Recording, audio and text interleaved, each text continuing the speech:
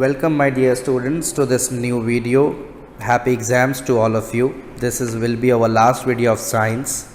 In this video we are going to understand or explain the question answers which are of very short and short category. We have a total of 30 in short question answers and a total of 15 in 30 in very short and 15 in short question answers category. So let's start without wasting any time with the very first slide of this video. The first ever question is, what are rocks made up of? Rocks किससे बने हुए हैं? The answer is rocks are made up of one or more types of minerals. Rocks जो हैं वो एक या एक से ज़्यादा तरह के मिनरल्स से बनते हैं. रॉक्स के अंदर होता है ना बेटा, रॉक्स के अंदर कैल्साइट मिलता है, रॉक्स के अंदर आपको हेमेटाइट मिलते हैं जिसकी वजह से वो ओर हो जाता है, वही ओर है. What are ores? तो ऐसे रॉक जिनके अंदर मिनरल्स मिले. ऑलरेडी रॉक्स मिनरल्स से ही बनते हैं और ऐसे रॉक्स जिनके अंदर मिनरल्स मिले उनको हम ओर बोलते हैं. और एग्जाम्पल अगर हम ले ले सेकेंड नंबर क्वेश्चन के लिए, तो हेमेटाइट जो है वो आयरन का ओर है जिससे हमें आयरन मिलता है. Hematite is an ore from which iron is obtained, लोहा. थर्ड नंबर क्वेश्चन, आपको दो एग्जाम्पल्स देने मिनरल्स के. Give 2 examples of minerals. First is hematite, second is calcite. दो नाम आगे. हेमेटाइट आपको पता ही आयरन ओर है, ऐसा मिनरल मिलता है आपको. और कैल्साइट जो है वो भी मिनरल है जो आपको रॉक्स में मिलते हैं. तो hematite and calcite are the 2 examples of minerals.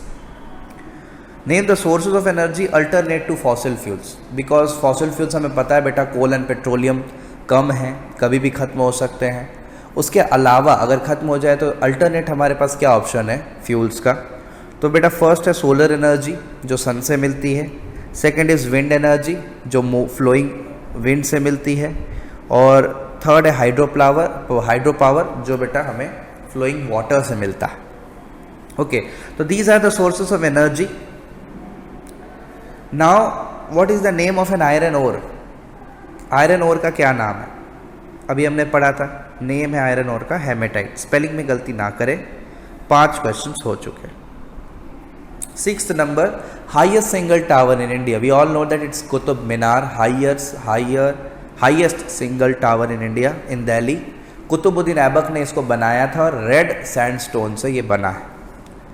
Artificial satellites किसको बोलते हैं? Artificial satellites are man made objects that orbit the earth. Artificial satellites man made objects हैं, हमारे द्वारा किसी इंसान के द्वारा बनाए गए, और वो ऑब्जेक्ट ऑर्बिट के अराउंड घूमते हैं, मूव करते हैं. ओके, हमारे अर्थ के अराउंड मूवमेंट करते हैं. अर्थ के अराउंड ऐसा ऑब्जेक्ट जो मूवमेंट करे, जो हमारे द्वारा बनाया गया हो, वो बेटा आर्टिफिशियल सैटेलाइट होता है. What do you mean by the term Eclipse? Eclipse का सीधा साधा मतलब होता है शैडो. ये शैडो होता है, लेकिन कौन सा शैडो? ये वो शैडो होता है जो मून और सन के ऊपर बनता है, और अर्थ से मून और सन हमें उस शैडो के कारण से ना दिखाई दे.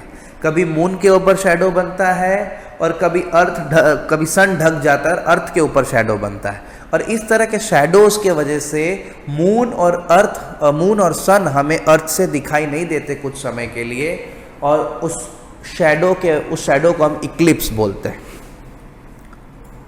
3 एस्ट्रोनॉट्स जो मून पे लैंड हुए थे, तीनों के तीनों अमेरिकन एस्ट्रोनॉट्स थे. First is Neil Armstrong, second is Edwin Aldrin and third is Michael Collins. Spelling बिल्कुल ध्यान से लिखिएगा. नील आर्मस्ट्रॉन्ग और एडविन एल्ड्रिन ने मून पे कदम रखा था, और माइकल कॉलिंस जो हैं वो स्पेसशिप में ही बैठे हुए थे. ठीक है. Name any 3 artificial satellites launched by India. India के द्वारा 3 आर्टिफिशियल सैटेलाइट्स लॉन्च किए गए थे. वो तीनों के नाम लिखने, 3 से ज़्यादा है, बुक्स में है, आप लिख सकते हो, लेकिन हमने आपको बताया आर्यभट्टा, भास्करा एंड रोहिणी. ये 3 सैटेलाइट्स के नाम आप लिख सकते हो. What do you mean by corona? यहाँ पर कोरोना बेटा वो वायरल डिजीज बिल्कुल भी नहीं है जिसके बारे में काफ़ी चर्चा है अभी। बेटा ये कोरोना जो है ना, ये सन का अपीयरेंस है। जब सूर्य ग्रहण हो रहा होता है तो कभी कभी सूर्य का जो मिडिल पार्ट है वो गायब हो जाता है, जिसके वजह से सूर्य का, सन का सिर्फ साइड वाला पार्ट हमें दिख रहा होता है और वो हमें रिंग के जैसा लग रहा होता है, अंगूठी के जैसा। तो वो अपीयरेंस जो होता है, वो जिस तरीके से सन दिखाई देता है उस समय सूर्य ग्रहण के समय, उसको हम कोरोना बोलते हैं। Define tide. Tide is a periodic rise and fall of the water of the sea, water in the sea. बेटा नदी में जो पानी है उसका पीरियडिक राइज एंड फॉल, समय समय पर वो ऊपर उठता है, समय समय पर वो नीचे आता है। उसका एक पर्टिकुलर टाइम होता है, 12 घंटा में एक टाइड होता है, तो बेटा उसको टाइड बोलते हैं, periodic rise and fall of water in the sea. What is biosphere? Biosphere is a part of troposphere where life is exist. Troposphere जो फर्स्ट लेयर है हमारे एटमॉस्फेयर का, बायोस्फीयर उसका पार्ट है जहां पर जिंदगी संभव है, जहां पर पानी है, जहां पर हवा है, जहां पर हमारे अकॉर्डिंग टेम्परेचर है। ओके, तो biosphere is the part of troposphere where life can exist. Now what is atmosphere? Next question. So it is the blanket of air that surrounds the earth. एक चादर, हवा की मोटी चादर जो अर्थ को पूरी तरह से ढके हुए है, उसको हम एटमॉस्फेयर बोलते हैं। Okay, now name the gases present in air. Name the gases present in air. तो एयर में सबसे पहले और सबसे ज़्यादा नाइट्रोजन 78%, देन ऑक्सीजन 21%, और बाकी का जो 1% है उसमें सारे गैसेस आ जाते हैं, including argon, neon, carbon dioxide and all other gases are comes under 1% of the atmosphere. Name the different layers of atmosphere. Total 5 layers हैं और उनका सिर्फ नाम लिखना है आपको। First is troposphere, second is stratosphere, third is mesosphere, fourth is thermosphere and fifth is exosphere. You have to only write the names and special care about your spellings. 17th number question, next question. Why do living beings need air? Living beings को हवा क्यों चाहिए? बेटा living beings को हवा क्यों नहीं चाहिए होगा? बिकॉज हवा की वजह से वो जिंदा है। अगर हम ह्यूमन बींग्स का बात करें तो they need oxygen for breathing, और अगर प्लांट्स का बात करें तो they need carbon dioxide for photosynthesis. तो ये दो ही चीज़ आपको आंसर में लिखनी है, ये चीज़ को प्रूफ करने के लिए कि लिविंग बींग्स को एयर की ज़रूरत है, they need air to survive, जिंदा रहने के लिए। आंसर कैसे लिखेंगे? All living things need air to survive. सारे लिविंग थिंग्स को हवा की आवश्यकता है जिंदा रहने के लिए। They take in oxygen from air through the process breathing. Oxygen लेते हैं ब्रीदिंग करने के लिए, और जितने ग्रीन प्लांट्स हैं need carbon dioxide to carry out photosynthesis. Green plants carbon dioxide use करते हैं फोटोसिंथेसिस को कैरी आउट करने के लिए। Now the 18th number question is what is humidity? Humidity क्या है? तो बेटा हमारे एटमॉस्फेयर में गैसेस के अलावा वाटर वेपर भी होता है, मींस पानी होता है, लेकिन वो भी गैसियस फॉर्म में ही होता है, तो हम उसको वाटर वेपर बोलते हैं। तो हमारे एटमॉस्फेयर में जितना वाटर वेपर है ना, उसका अमाउंट को हम ह्यूमिडिटी बोलते हैं। तो the amount of water vapour present in atmosphere is known as humidity. What is first aid? Next question. First is the immediate help given to an injured person before the doctor arrives. Doctor के आने से पहले चोटिल व्यक्ति को आप कुछ मदद कर सकते हो, उसको कुछ हेल्प कर सकते हो, उसके दर्द को कम कर सकते हो, तो वो बेटा फर्स्ट एड कहलाता है। Now the next question, 20th number. Which two things can be used to provide to support to fractured bones? First is splint, second is sling. Splint बेटा वो सीधा लकड़ी या सीधा रॉड हो सकता है जिसको आप अटैच करके बोन को बांध दोगे उसके साथ। अपने हाथ की बोन अगर टूटी हुई है तो वो स्ट्रेट जो आपका स्प्लिंट होता है वो आपके बोन को हिलने नहीं देता। जिसकी वजह से डिसलोकेट नहीं होता बोन। और स्लिंग वो कपड़ा जिस कपड़े से आप अपने हाथ को अपने कंधे से अटैच करके बांध देते हो ताकि मूवमेंट कम हो। तो बेटा ये स्प्लिंट सीधा लकड़ी और स्लिंग वो ट्रायंगुलर क्लॉथ, ये दोनों चीज़ें काफ़ी यूज़ होती है फ्रैक्चर्ड बोन को सपोर्ट देने में। What do you mean by rabies? तो रैबीज बेटा एक फैटल डिजीज़ है, एक काफ़ी जानलेवा बीमारी है जो किसी कुत्ते या किसी अलग तरह के जानवर के काटने की वजह से हमें होती है।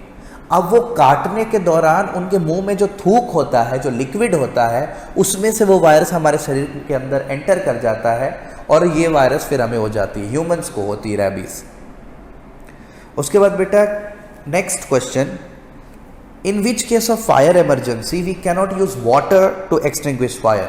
तो there are two cases when the fire is caused due to oil और ड्यू टू इलेक्ट्रिक गैजेट्स।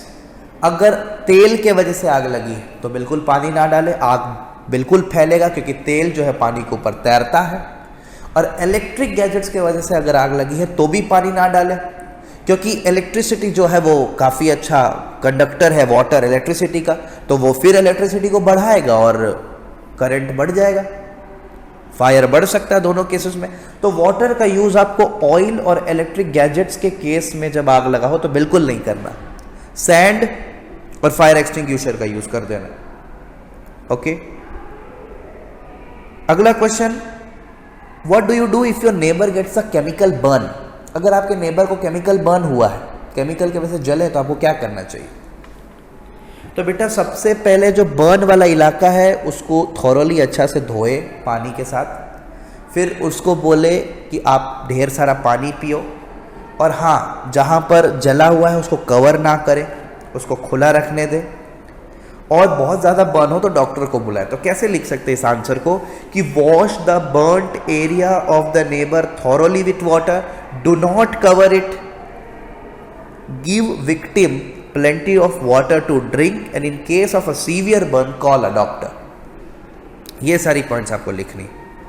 तो mention some of the causes of fire. तो there are two causes which we have studied, अभी हमने पढ़ा, it's oil and electric gadget. आप ये दोनों कारण लिख सकते हो, ये दोनों कारणों की वजह से आग लगती है। What are simple machines? Simple machines are the tools which helps us to do our work with ease. हमारे काम को काफ़ी आसानी से कर दे ऐसे टूल्स हमको हम सिंपल मशीन बोलते हैं। What is pulley? पुल्ली किसको बोलेंगे? बेटा ऐसा व्हील जो ग्रूव्ड है, जिसके बीच में जगह है और उस जगह में हम रोप, चेन, ये सारी चीज़ों को रख के खींच सके, किसी चीज़ को उठा सके, उसे हम पुल्ली बोलते हैं। तो pulley is a grooved wheel with a rope, chain और belt around it. Rope, chain और बेल्ट उसके अराउंड हो, वो ग्रूव्ड व्हील हो, बीच में जगह हो रोप और चेन को फंसाने के लिए, उसको हम पुल्ली बोलते हैं।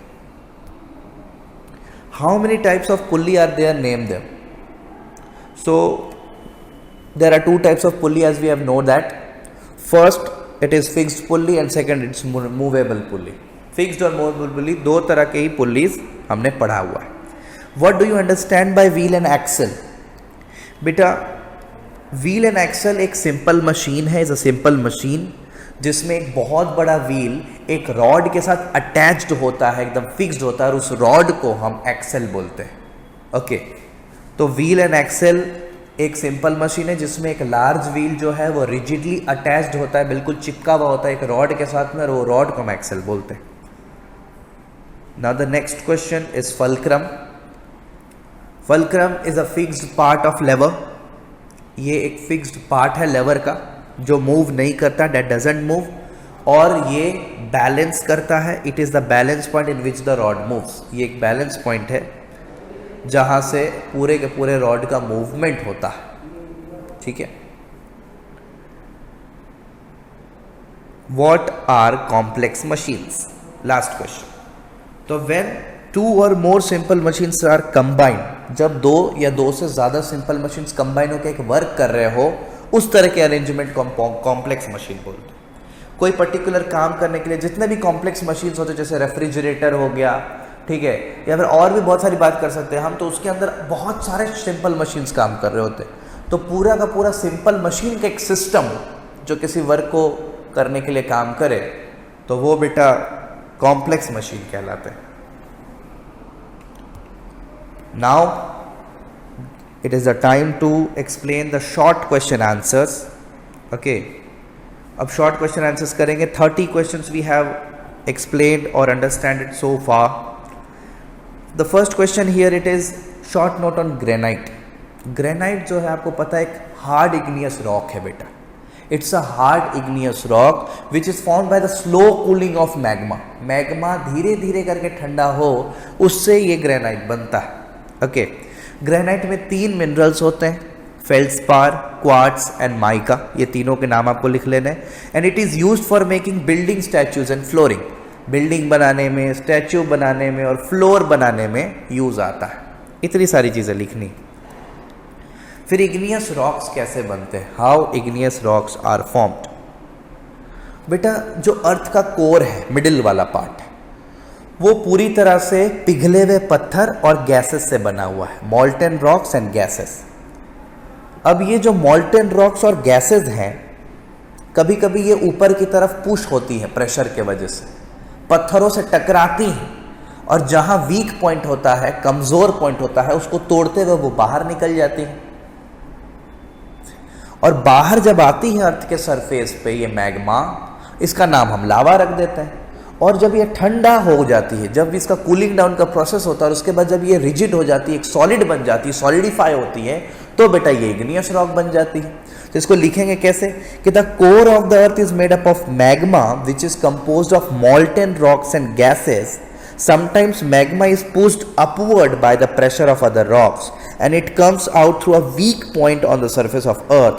The magma that reaches the earth is called lava, and the lava cools down and reaching the earth's surface, after reaching the earth's surface, and solidifies to form igneous rock. Cools down and solidifies to form. Okay, ये सारी बातें मैंने आपको अभी हिंदी में बताई थी. Third number question, what are fossil fuels and give some example. बेटा फॉसिल फ्यूल्स ऐसे नेचुरल फ्यूल्स हैं जो डेड और डिकेइंग मैटर के दबे होने के वजह से, उनके डिकम्पोज, उनके सड़ने के वजह से सालों की प्रक्रिया के बाद बनते हैं. कुछ एनिमल्स और प्लांट्स जो मर गए, उनके जो अवशेष हैं, उनके जो बचे हुए, जो डेड एंड डिकेइंग, जो उनके जो शरीर है, उसका सड़ने के बाद, उसका प्रेशर में आने के बाद, सालों की प्रक्रिया के बाद ये फॉसिल फ्यूल बनते हैं. और एग्जाम्पल बेटा coal and petroleum as we know. Fourth number question, occurrence of solar eclipse. Solar eclipse कैसे होता है. हमें पता है कि जब moon, when the moon comes in between the earth and the sun, जब मून जो है वो अर्थ और सन के बीच में आ जाए और मून अपना शैडो अर्थ पे बनाए, मून का शैडो अर्थ पे पड़े, cuts it's shadow on the earth surface, और अर्थ में रहने वाले लोग अर्थ से जो सन है वो ना दिखे, एंड द पार्टली और होली हाइड द सन, सन को ढाक दे मून, और इसको हम सोलर इक्लिप्स बोलते हैं.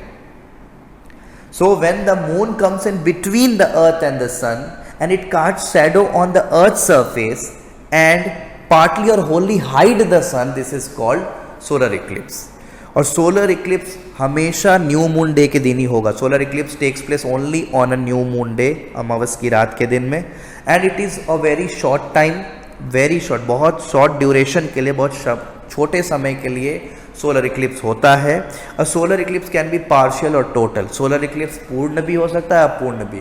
मतलब पूर्ण का मतलब क्या होता है, जब टोटल सोलर इक्लिप्स होता है तो लगभग पूरा अंधेरा हो जाता है बेटा दिन के समय में ही. और आधा सोलर इक्लिप्स होता है, पार्शियल सोलर इक्लिप्स, तो उसमें अंधेरा नहीं होता, सन के कुछ पार्ट बस हमें दिखाई नहीं दे रहे होते.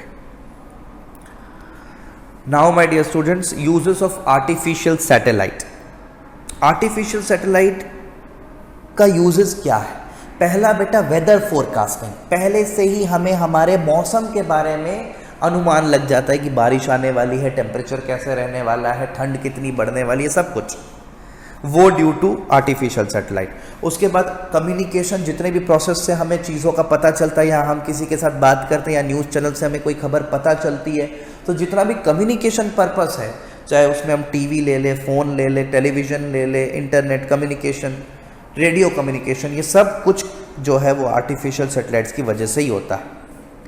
अगर हम एस्ट्रोनॉमिकल पर्पस का बात करें, जैसे कि मेटेराइट्स हैं, एस्ट्रॉइड हैं जो स्पेस में घूमती है, अलग अलग तरह के प्लैनेट्स हैं, सोलर इक्लिप और ल्यूनर इक्लिप्स जैसे प्रोसेसेस हैं जो स्पेस में होते हैं, तो उसके बारे में भी जानकारी हमें आर्टिफिशियल सैटेलाइट के द्वारा ही मिलती है। तो एस्ट्रोनॉमिकल स्टडी भी इसी से होती है।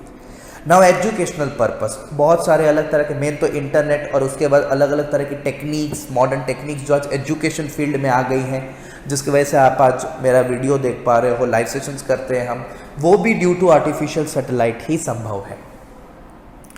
Now 6th number question, explain how high tides and low tides form. High tide और लो टाइड कैसे बनते हैं? सबसे पहले बेटा तो टाइड क्या है? तो there is a periodic rise and fall of sea water after every 12 hours. हर 12 घंटे में हमारे सी वाटर का राइज और फॉल होता है, जिसको हम टाइड बोलते हैं। The movement of ocean water is caused by, और ये जो मूवमेंट है बेटा, ये ग्रेविटेशनल पुल जो है मून और सन और मून जो है वो ग्रेविटेशनल खींचते हैं ग्रेविटी से, उसके वजह से होता है। और भी कारण है, जो अर्थ घूमता है, स्पिन करता है जो अर्थ ऑन इट्स एक्सिस, जो अर्थ रोटेट करता है, वो भी एक बहुत बड़ा कारण है। जब वाटर लेवल राइज करता है तो हम उसको हाई टाइड बोलते हैं, और उसके बाद अगर अर्थ 90 डिग्री टर्न कर जाए तो फिर वाटर लेवल फिर डाउन हो जाता है और हम उसको लो टाइड बोलते हैं। अर्थ के मूवमेंट के वजह से हाई टाइड और लो टाइड होता है। अर्थ ने 90 डिग्री मूव किया तो हाई टाइड, फिर 90 डिग्री और मूव कर दिया तो लो टाइड, फिर 90 डिग्री मूव कर दिया तो हाई टाइड। तो अर्थ जो स्पिन कर रहा है अपने एक्सिस पे, उसके वजह से हाई टाइड और लो टाइड का फॉर्मेशन होता है। Now the 7th number question, properties of air. पहली प्रॉपर्टी बर्निंग के लिए यूज होता है। Air is used for burning because without oxygen we can't burn anything. Oxygen के बिना आग नहीं लग सकता। Air is used for breathing, oxygen के बिना हम सांस नहीं ले सकते, ये दूसरी property. Third property, air is used to inflate balloons, tyres of vehicle, footballs, अलग अलग तरह की चीज़ों को फुलाने में मदद करता है एयर, वो third property. Fourth property, moving air use to sail ships. Ships को पानी में तैराने के लिए, दूर तक मूव कराने के लिए मूविंग एयर बहुत बड़ा रोल प्ले करता है। और साथ में हम जब कपड़े धोते हैं और गीले कपड़ों को सुखाने के लिए भी मूविंग एयर का बड़ा यूज होता है। तो ये फोर्थ प्रॉपर्टी। तो ये चारों प्रॉपर्टी आपको याद रखनी पड़ेगी। Air is needed for burning, air is needed for breathing, air is use to inflate balloon. Inflate मतलब होता है स्टूडेंट्स फुलाना, बड़ा करना। बैलून, फुटबॉल और टायर ऑफ व्हीकल्स में एयर का यूज होता है। और moving air helps boats to sail and dry wet clothes. Okay, 8th number question, explain any one method used for separating soluble impurities from water.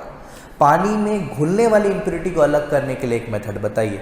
तो सबसे पहला method आता है मन में, इवापोरेशन। इवापोरेशन होता क्या है? जब हम पानी को गर्म करके, after heating, when we are changing water to water vapour, जब वाटर से हम वाटर वेपर चेंज करते हैं on heating, that's called evaporation. And इस मेथड में अगर हम ऐसे वाटर को गर्म करें जिसमें इंप्योरिटी मिली हुई हो, मेरी शुगर मिला हुआ हो, वाटर मिला हुआ हो, तो ऐसे केस में जितना भी वाटर है बेटा, वो तो वाटर वेपर बन के उड़ जाता है इवापोरेशन से गर्म करने के बाद। और ये जो चीनी मिली हुई होती है, ये जो नमक मिला हुआ होता है, वो वहीं रह जाता है, वो इंप्योरिटी वहीं रह जाता है। तो हमने शुगर और वाटर को गर्म करके अलग कर दिया।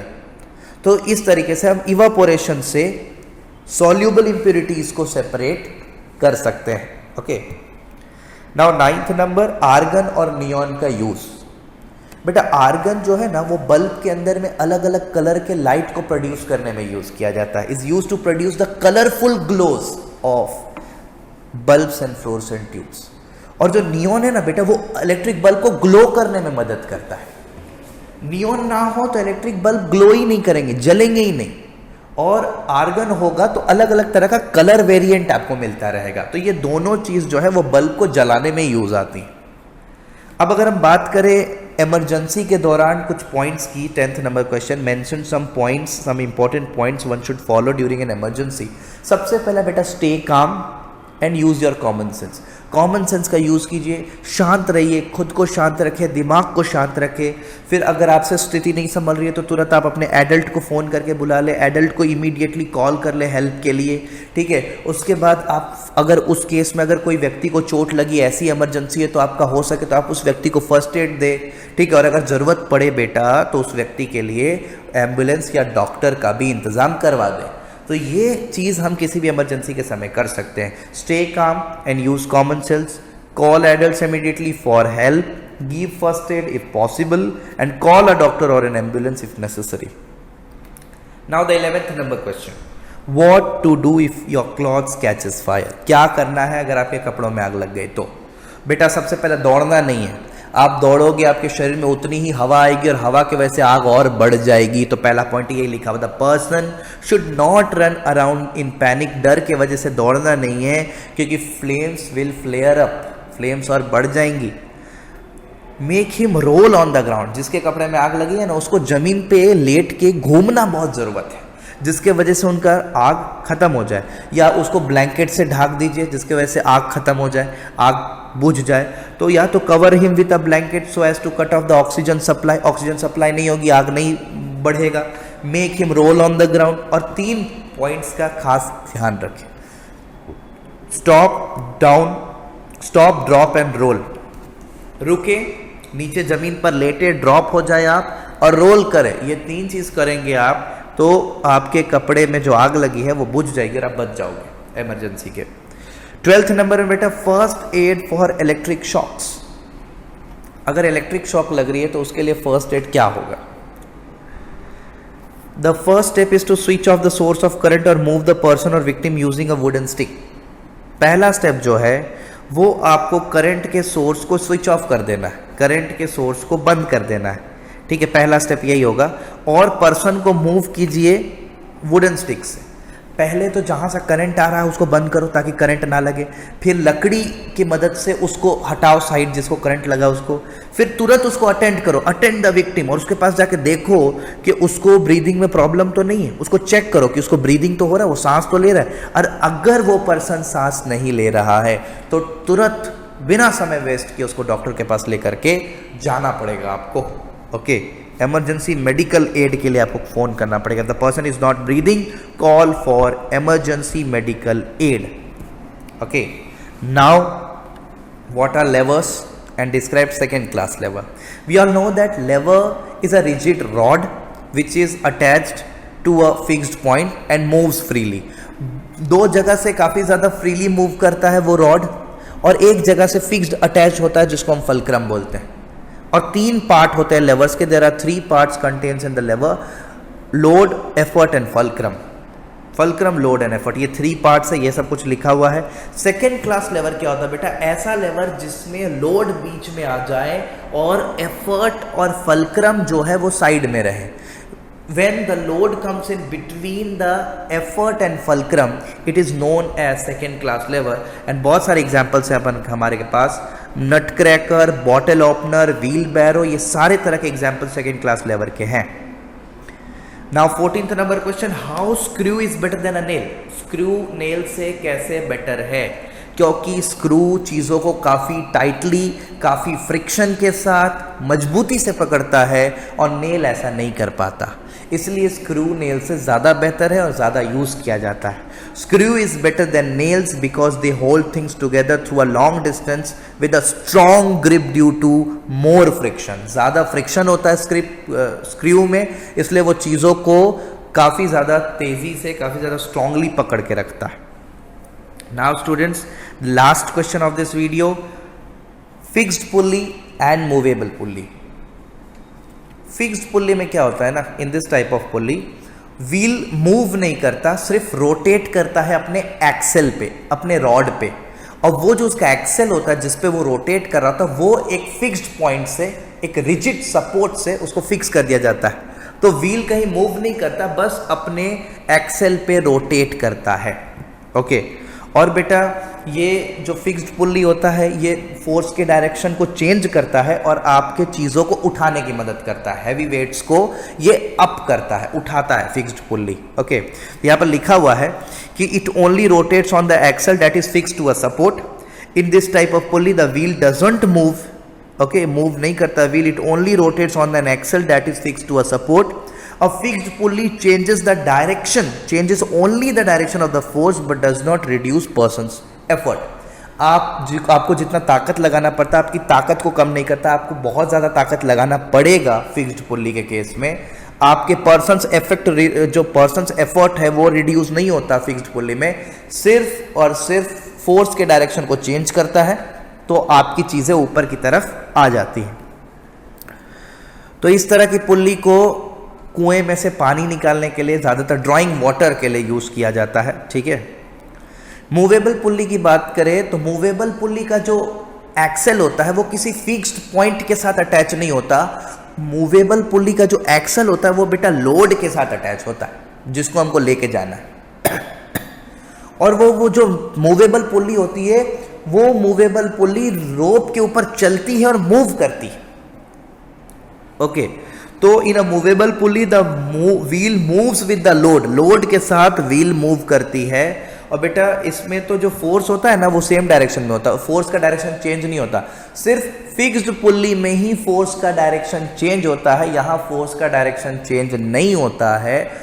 और यहाँ पर पर्सन्स एफर्ट रिड्यूस होता है, आपको ज़्यादा ताकत लगाने की ज़रूरत नहीं पड़ेगी मूवेबल पुल्ली में। हाँ, लेकिन रोप आपको डबल लेंथ की खींचनी पड़ेगी। आप आसानी से खींच पाओगे रोप को, ठीक है, उतना ज़्यादा ताकत नहीं लगेगा, ताकत कम हो जाएगी लेकिन रोप की लेंथ जो है ना वो 2 गुना बढ़ जाती है।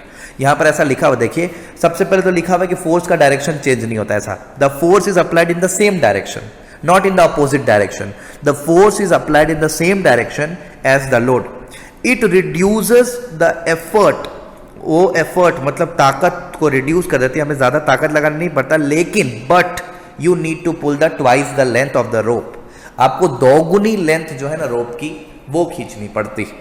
Okay, so all the 15 short question answers and 30 very short question answers had been explained. Okay, thank you so much for watching this video. Happy exams once again. Bye bye. We'll meet in the live sessions very soon, my dear students. Thank you so much.